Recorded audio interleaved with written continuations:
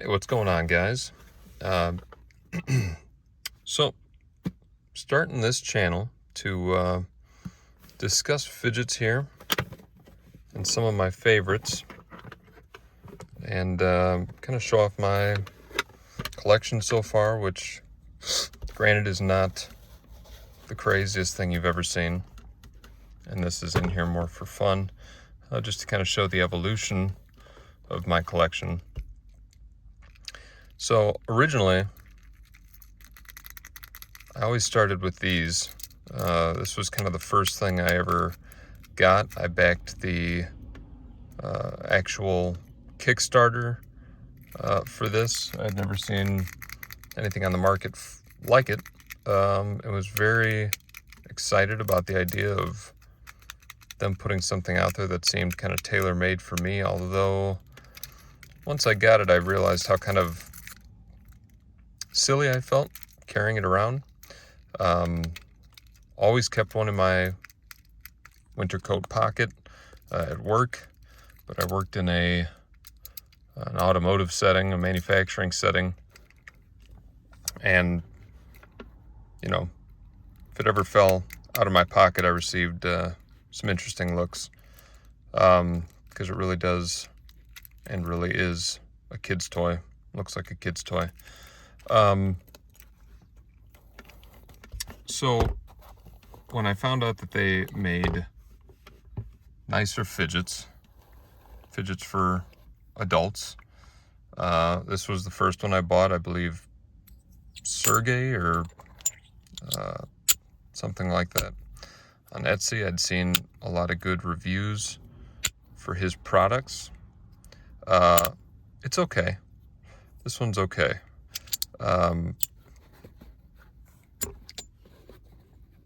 After using it just for a little while, some of these magnets started to kind of raise up a little bit, so you'd feel a catch every now and then.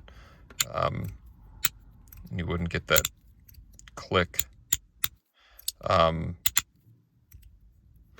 It's a little tough to maneuver. It doesn't have a very solid slide. So it's a nice one. That was the first kind of more adult focused fidget that I bought. And then found these. This is also nice. I just got this on Amazon. The only problem is, and they started to correct it, is underneath this little piece of just Teflon here, there are 3 magnets, but this kind of gets caught every now and then and will get wrinkled, and I'd contacted the company about possibly getting more of these little sheets. They said that they would send some immediately, and I never got them. But without that, you can kind of hear it's got more of a scratch to it. So, I've been trying to fidget on a budget, I guess.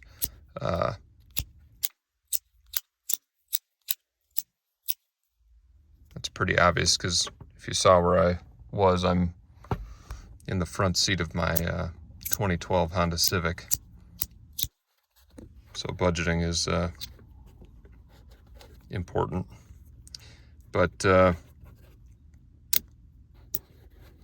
didn't want to spend my savings on fidgets, even though it's something that I enjoy. Then I saw this mentioned in a Facebook group, I believe. And it was kind of an all-in-one fidget. It's got these little switches here, which are kind of too small and not very satisfying. The spin is also not the greatest. The one thing I really like about on this is the click of these ball bearings here. It's got a good click, but overall it's just kind of it's a little too heavy to be fun. I like a little bit of heft, but this feels like they added weight just to make it seem more prestigious or better quality. So I got that. I've really never played with it too much because it's just not great. And then I found this guy. Now, in the Facebook groups, I've seen a lot of hate for the owl. This is from Gao Studios. I've seen a lot of hate for this guy. But I gotta say, I really still enjoy this one. Now, granted, you can see a lot of empty space here in my collection. I do not own a Magnus. I do not own a Compiform. I only have one Mackie and no Loudies. So I've got more on the way right now. But in terms of fidgeting on a budget, I really kind of like this guy. I don't own anything in Zerk. Everything I get usually is in stainless steel unless I get it secondhand. So I do kind of like this guy just because, you know, they say if you get one of these multiple Fidgets that's trying to do multiple things in one package, that it's not doing any of them particularly well, which is true. Listen, this guy's supposed to click. Okay, that's not really that great. It's supposed to be a slider, but it doesn't have a, you know, it's only got this track in the middle. So you don't really get, you can see it doesn't really go straight up and down. You kind of shoot off to one side, or so you're not getting that even necessarily. And the spin, you know, the polarity of the magnets, it, you can see kind of catches there. It doesn't allow it to spin very long. And sometimes you go to spin it and it shoots down into the middle. But it's kind of its imperfections that I like, because you get this kind of quiet, you can hear that a little bit.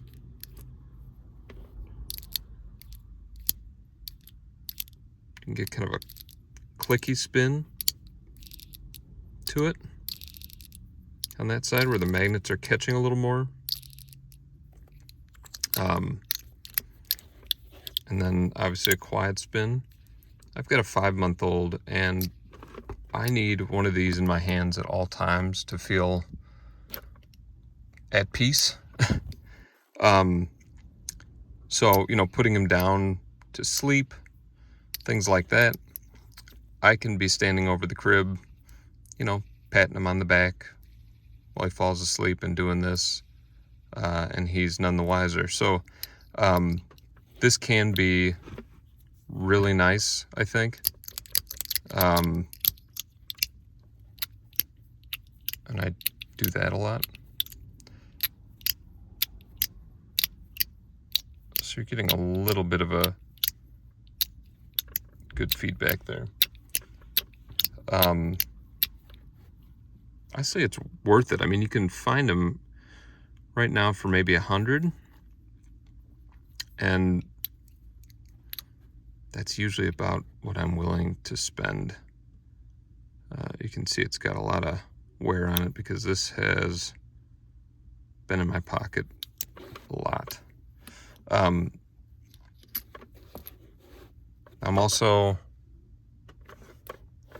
quite new to the fidget game, or at least metal magnetic fidgets. And as a newbie, I used WD-40 in the ball bearings here, and that has kind of ruined some of the maybe scratchier, you know, I like that noise, and sometimes you know, I think the WD-40 didn't do it any favors. So I've really been considering buying a new one. I did take that apart and cleaned it up a little bit, but I like that one. So, you know, I see a lot of hate for it, but I do think it's kind of fun to have in the collection. Then from there, you know, I really liked that Gao Studio, and I really love a button. I love that haptic feedback. Granted, this button sounds like it's maybe losing some of its click, but and I don't do lanyards either. I like to keep them separate. This is a fun one. It's very simple. I'm not going to open it up because I can't really get the ball bearings in there one-handed. But there are 4 steel ball bearings on these tracks here. It came with plastic ones also that you can use to make it a little quieter. You can hear it's pretty noisy. So, you know, I'd started a new job when I got this, and I wanted to be able to kind of keep it in my pocket discreetly and not have all my new coworkers or have to explain to my new coworkers why I need a toy at all times. But this is fun. I like that. It's pretty simple. I kind of like that you can do that. If you flick it just right, you can get it to kind of jump the track. And every now and then you can get kind of a good sound of the ball bearings in there. This one also, just pressing on the corner, not the buttons even. Here, I wish that's what this one did. So you get that great click that's just the 2 sides coming together. So you can get a double click that I find really satisfying. That's the button and the body of the fidget itself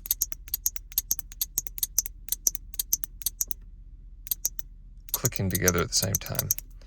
I like that a lot.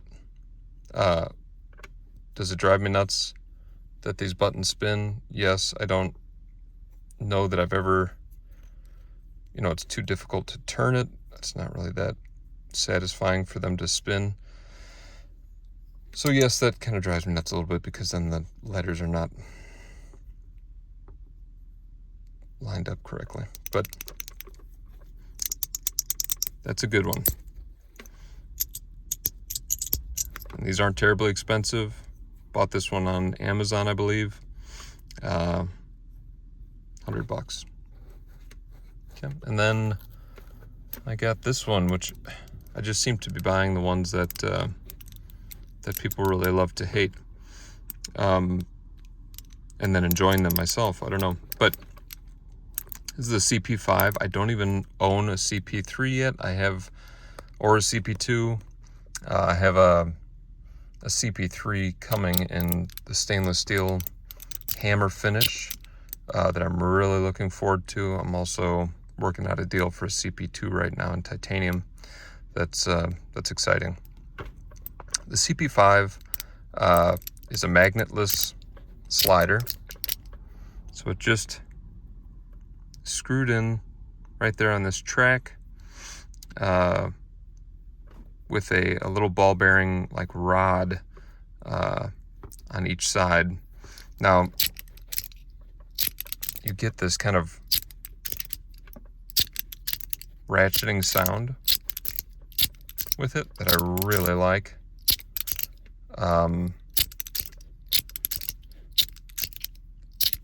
That's enjoyable. Now the CP3 is all magnets. I can do a review on that one when that comes in. The CP2 is magnets on one side, and then this ratcheting sound with the ball bearings on another, and then the CP5 is just ratchet, just ball bearings, no magnets. And this is small, and I love it. It really is satisfying. So that is kind of the one that I've spent the most money on so far, was the CP5. And I will try to keep my spending limited. You can see some size comparisons there.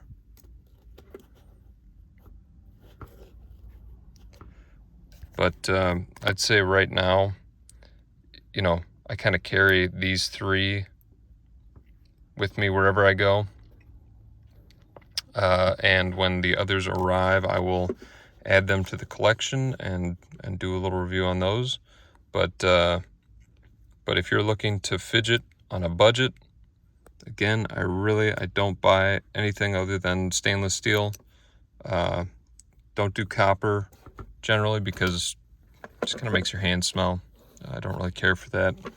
Or the patina thing. I just, you know, stainless steel does all the same stuff. Would I love Zerk? Sure. But this will do. So these three are great if you're fidgeting on a budget. I've got some more elegant fidgets coming that I will review. Until then, though, if you're looking for something to tide you over, these are great. I love them. And yeah, I will talk to you guys again soon. Bye.